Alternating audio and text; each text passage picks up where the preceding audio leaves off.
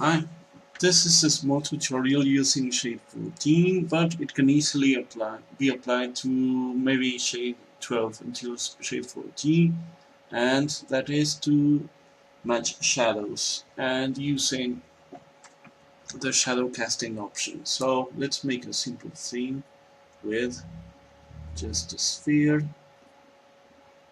and we'll give it a ground, and of course the sphere should be on top of the ground. There we go. Now we'll match the perspective to a background, and to do that we will go here in background and let's load an image. Load, and here we have an HDR, actually a spherical projection of an HDR, and this one is the small one. We'll pick the big one. Okay, there you have it. You would have this, and of course this doesn't look like a good background, and that's because the projection is planar. So let's change it to spherical. There we go. Now let's actually see how this should look with preview rendering, and I'm rotating the view. You can do it here, and let's look for somewhere that looks like a good place to place a sphere. This could do it. Now we need to move both of this in the scene so it matches, of course. Let's somewhere around there, and probably this should go here and around there.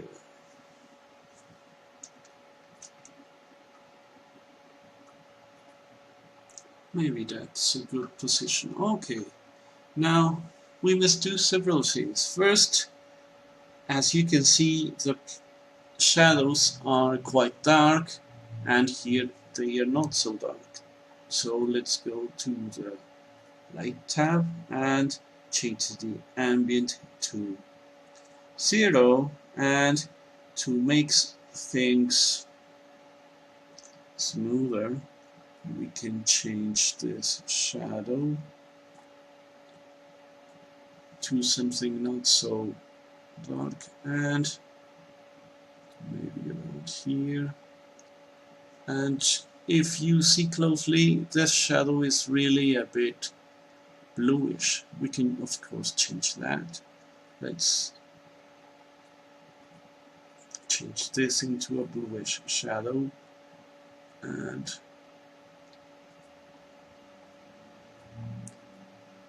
you can tweak to your heart's content. And now let's select this, and we don't want actually to have this.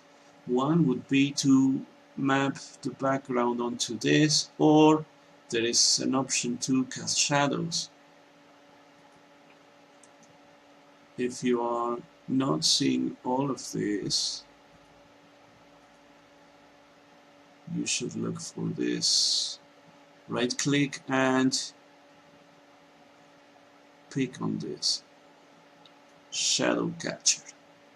If you see this selected, then the icon would be this one, and click again, and voila, you just see how it catches the shadow. You can change its transparency settings, of course, and maybe a little bluer. And now we need to change the position of the sun, which would be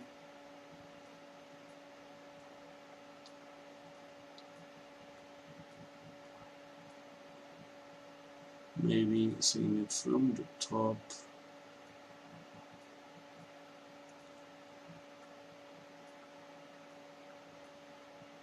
Somewhere around here. Now change the perspective again and downwards a bit.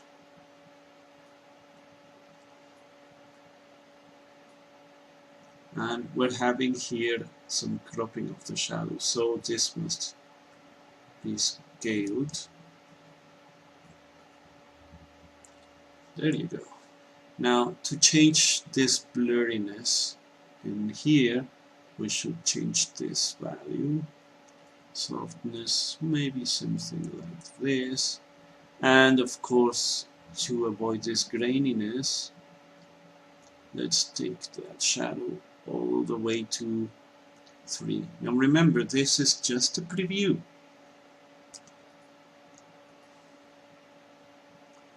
And there you have it, a much nicer matching shadow and object according to the background.